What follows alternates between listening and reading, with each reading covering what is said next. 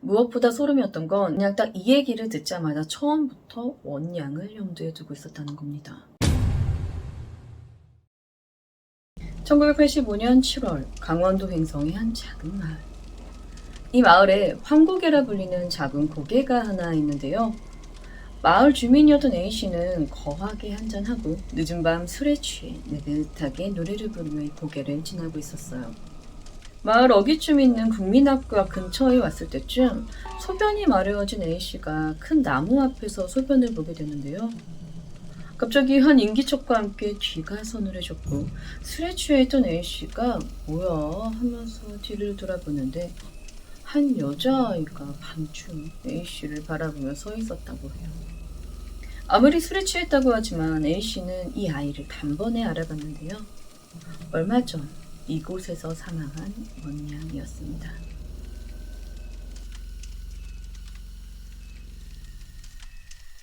(1985년 7월 10일) 오후 2시 10분경 강원도 횡성군 둔내면과 우천면 일대 12km를 강타한 돌풍이 불었었는데요. 갑자기 시작되어 앞이 안 보일 정도의 심한 폭우를 동반했던 이 돌풍은 단 10분 만에 121채의 집을 날려버렸고 100년대의 소나무를 부러뜨렸으며 경운기를 날려버렸습니다. 우리나라에서는 좀처럼 발생하지 않는 형태의 이 위력적인 이 돌풍은 인근 마을 8곳을 완전히 쑥대밭으로 만들었었는데요. 8개의 마을을 단 10분 만에 폐허로 만들어버린 이 돌풍을 두고 마을 사람들은 억울하게 죽은 한 소녀가 일으킨 바람이라 얘기합니다. 단 10분 만에 마을을 초토화시켜버린 갑작스레 불어온 이상한 돌풍, 그리고 한 소녀의 죽음. 이 마을엔 과연 무슨 일이 있었던 것일까요? 때는 1985년 7월 4일로 거슬러 올라갑니다.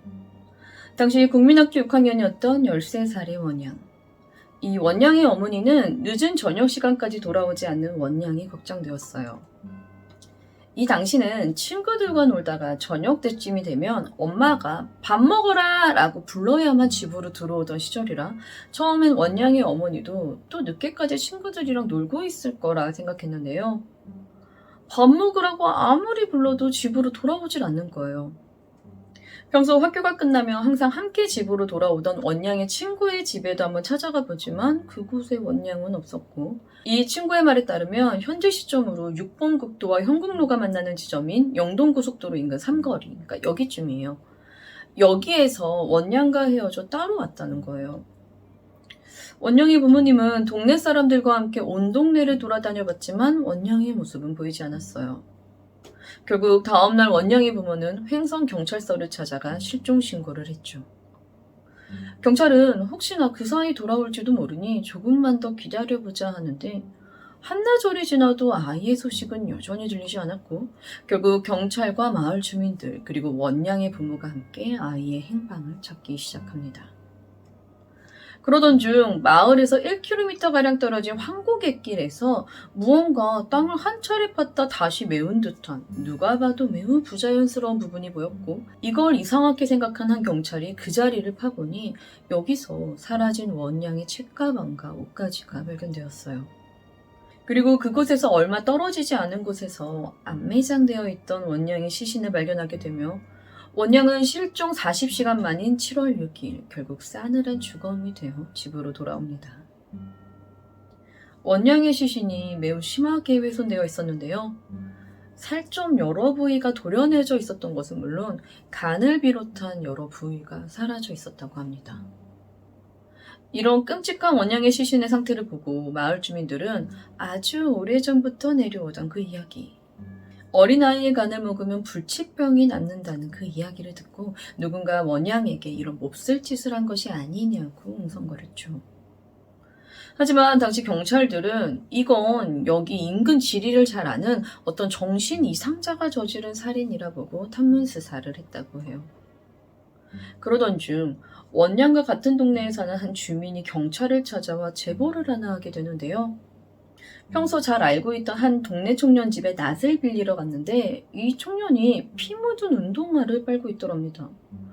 그래서 이 주민이 야, 너네 집 돼지 잡았냐? 라고 물었는데 이 말을 듣자마자 갑자기 이 청년이 횡설수설하며 자리를 일어나 돌아다니기 시작했고 그 거동이 매우 수상해 보여 경찰서에 제보를 한다는 겁니다.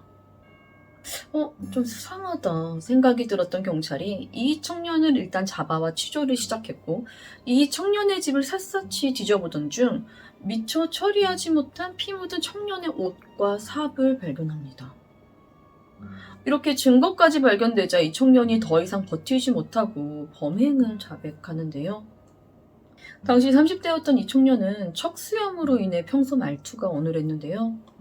성기능까지 마비가 되자 고민이 많아졌다고 해요.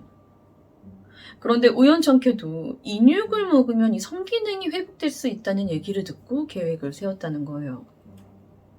지난 6월 20일부터 한국의 한 지점에 사람을 매장할 구덩이를 삽으로 파기 시작해 7월 1일까지 길이 1m 50cm, 깊이 70cm의 구덩이를 미리 파놓았다고 해요.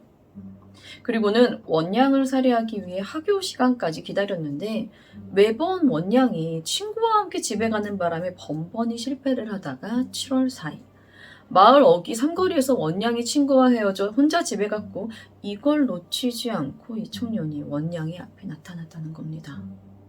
무엇보다 소름이었던 건 이 청년은 자신이 살해할 사람을 누구로 정할지를 전혀 고민하지 않았어요. 그냥 딱 이 얘기를 듣자마자 처음부터 원양을 염두에 두고 있었다는 겁니다. 당시가 7월 4일이었으니까 무척 더웠을 거잖아요. 이 청년은 수박과 토마토를 보여주며 저기 시원한 데 있는데 저기 가서 같이 먹자 했고 그렇게 자신이 미리 준비해 놓았던 이 안매장 장소까지 유인해 그곳에서 원양을 삽으로 내리쳤고 미리 준비한 칼로 수차례 찔러 살해한 후 간을 비롯 신체 일부 몇 가지를 적출했고 남은 원양의 시신을 안매장하고 집으로 돌아왔다는 겁니다.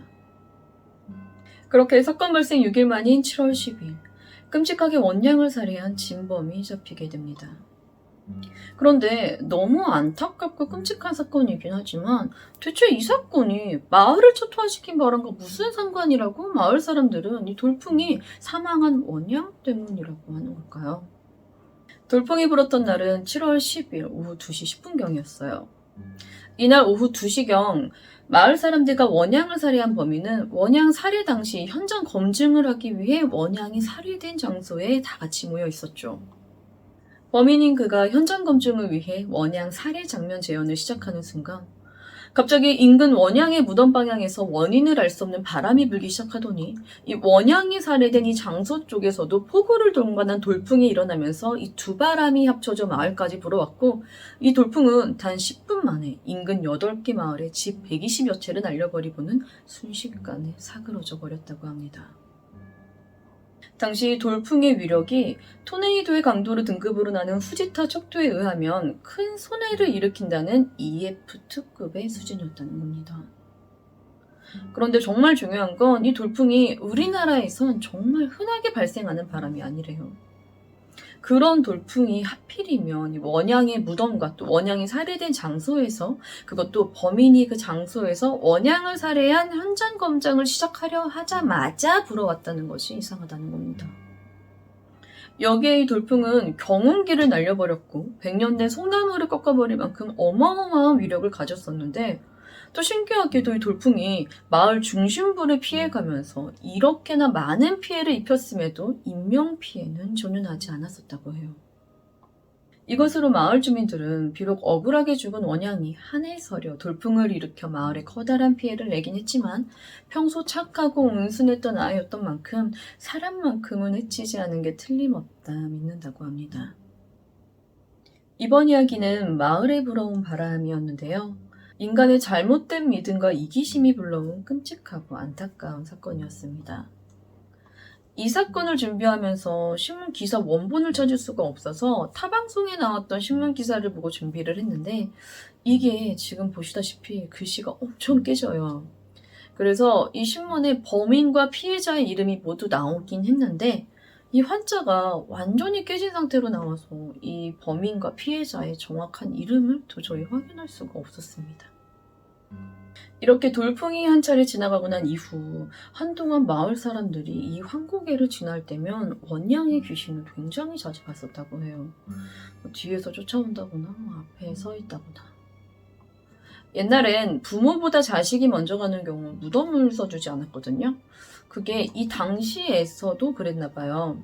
평장이라고 해서 우리가 알고 있는 이렇게 동그랗게 봉분을 만드는 게 아니라 그냥 가매장처럼 그냥 평평한 무덤을 만드는데 원양 역시 이런 평장을 했었다는 거예요.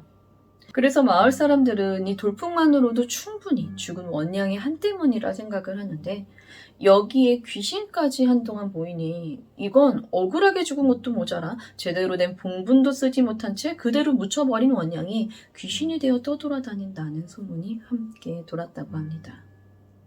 범인이 자신을 죽인 장소에 도착하자마자 불어온 엄청난 돌풍. 그건 정말 억울하게 죽은 원양이 일으킨 것이었을까요? 아니면 그저 우연의 일치였을까요? 1985년 7월 10일 강원도 횡성 하국리에서 억울하게 죽은 한 소녀가 자신이 살해당한 곳에서 현장 감식을 시작하던 순간 갑자기 시작된 엄청난 돌풍이 단 10분 만에 8개의 마을을 초토화시켰던 죽은 소녀가 일으킨 바람에 관한 이야기는 여기까지입니다. 저는 뉴스패치의 뉴스였습니다. 감사합니다.